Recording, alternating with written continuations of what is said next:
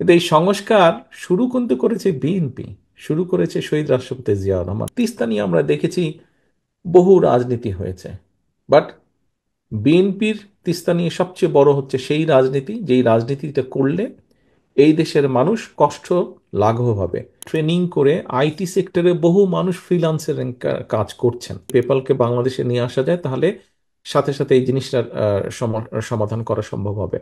আমাদের অন্যতম একটা লক্ষ্য হচ্ছে যে এই সমস্যার সমাধানটা করা, পেপালের এই সমস্যার সমাধানটা করা, এটি আমাদের অন্যতম লক্ষ্য।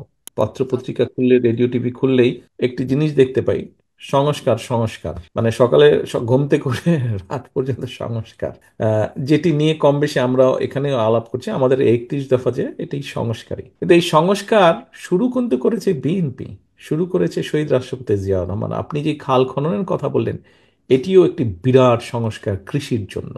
তো আমাদের কৃষির জন্য, এবং আমরা দেখেছি সেই সময় শহীদ জিয়া যখন খাল খনন শুরু করেন, তখন খাল খননের মাধ্যমে যেভাবে উনি খালগুলোকে পুনর্জীবিত করেছিলেন, ঠিক তার ফলে যেটা হয়েছিল, বন্যার প্রকোপ কমে গিয়েছিল, কৃষি উৎপাদন বেড়ে গিয়েছিল, কারণ কৃষক পানি পেতে, কৃষকের ফসল সময় মতন পানি পাচ্ছিল।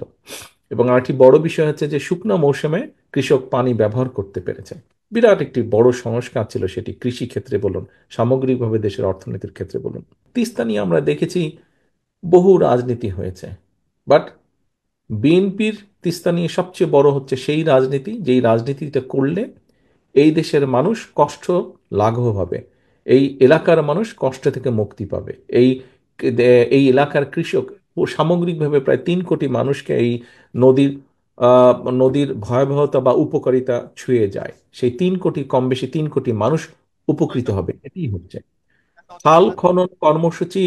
যে কোনো মূল্যে আমরা আগামী দিনে সরকার গঠনের সুযোগ পেলে ইনশাল্লাহ খাল খনন কর্মসূচি যে কোনো মূল্যে আমরা শুরু করতে হবে আমাদেরকে। এটি আমাদের অন্যতম একটা প্রায়োরিটি প্রজেক্ট বলেন বা প্রায়োরিটি, আমাদের প্রায়োরিটি আমাদের এটা। একই সাথে নদী শাসন বা নদী খনন, এটি আমাদেরকে করতে হবে, বিভিন্ন কারণেই করতে হবে।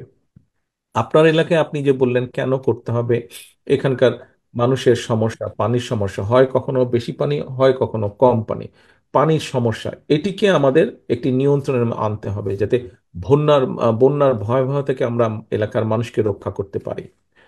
আবার আমাদেরকে এটি করতে হবে যাতে কৃষক সময় মতন পানির সুবিধা পায়। আবার আমাদেরকে এটি করতে হবে যাতে আমরা পানিটাকে ধরে রাখতে পারি, শুষ্ক মৌসুমে আমরা পানিটাকে ব্যবহার করতে পারি। পানিটা যাতে বন্যা হলো হলো কদিন, 7 দিন, 10 দিন, 15 দিন থাকলো, আবার চলে গেল সমুদ্রের পানিটা, এটি যাতে না হয়। প্রকৃতির এই সম্পদটাকে আমরা অর্গানাইজ ভাবে যাতে কাজে ধরে রাখতে পারি। কাজে নদী শাসন বা খাল খনন, এটি আমাদের অন্যতম প্রায়োরিটি একটি পরিকল্পনা।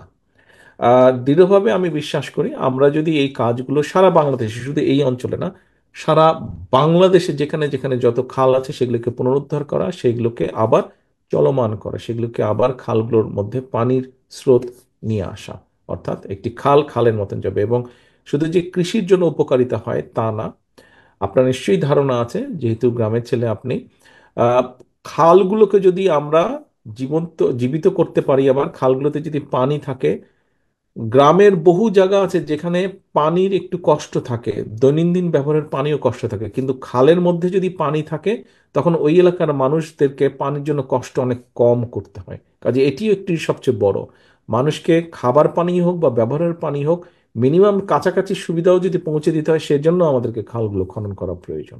আমাদের এই মুহূর্তে আমরা ইয়াং জেনারেশন বলতে যাদেরকে বোঝাই, যাদের বয়স ধরেন, আমরা যদি 18 থেকে ধরে নেই 30-এর মধ্যে, এরকম আমাদের এই এই শ্রেণী যারা ইয়াং মানুষ আছেন, তাদের মধ্যে বহু মানুষ আছে এর বাইরেও বিভিন্নভাবে ট্রেনিং করে আইটি সেক্টরে বহু মানুষ ফ্রিল্যান্সের কাজ করছেন। আচ্ছা, আহ, আমাদের অন্যতম একটি পরিকল্পনার মধ্যে যেটি আছে, আমাদেরকে যদি আহ, বেকার সমস্যার সমাধানটাকে যদি দ্রুত অ্যাড্রেস করতে হয়, তাহলে অবশ্যই এই আইটি সেক্টরে আমাদেরকে জোর দিতে হবে। এখানে বহু কাজ আছে, ছোট ছোট ছোট ছোট বহু কাজ আছে, সেটা ডাটা প্রসেসিং বলেন, কল সেন্টার বলেন, ডিজাইনিং বলেন, এরকম বহু কাজ আছে যেগুলো আমরা আমাদেরকে যেই কাজগুলোর স্কোপ তৈরি করলে আমাদের বহু ইয়াং ছেলে মেয়েদেরকে আমরা জবের একটা অবস্থা, কর্মসংস্থানের একটা অবস্থা তৈরি করে দিতে পারবো। এবং এটা যদি প্রথমত এটা আমাদেরকে আমাদের ইন্টারনেট লাইনটাকে কিছু কিছু ক্ষেত্রে ডেভেলপ করতে হবে, এটা একটা বিষয়। দ্বিতীয় বিষয় হচ্ছে আমরা কয়েকবার বলেছি পেপাল, অর্থাৎ আমাদের এই ইয়াং যারা ছেলেমেয়েরা কাজ করছে এখন এবং ইনশাল্লাহ ভবিষ্যতে যারা কাজ করবে, এরা যে ইনকামটা করে সেটা দেশে নিয়ে আসা, তাদের কাছে নিয়ে আসার একটা টেকনিক্যাল বোধহয় কিছু সমস্যা রয়ে গেছে এখনো, এখন এটা সমাধান করা সম্ভব হয়নি। এটা পেপালের মাধ্যমে যদি পেপালকে বাংলাদেশে নিয়ে আসা যায় তাহলে সাথে সাথে এই জিনিসটার সমাধান করা সম্ভব হবে। আমাদের অন্যতম একটা লক্ষ্য হচ্ছে যে এই সমস্যার সমাধানটা করা, পেপালের এই সমস্যার সমাধানটা করা, এটি আমাদের অন্যতম লক্ষ্য।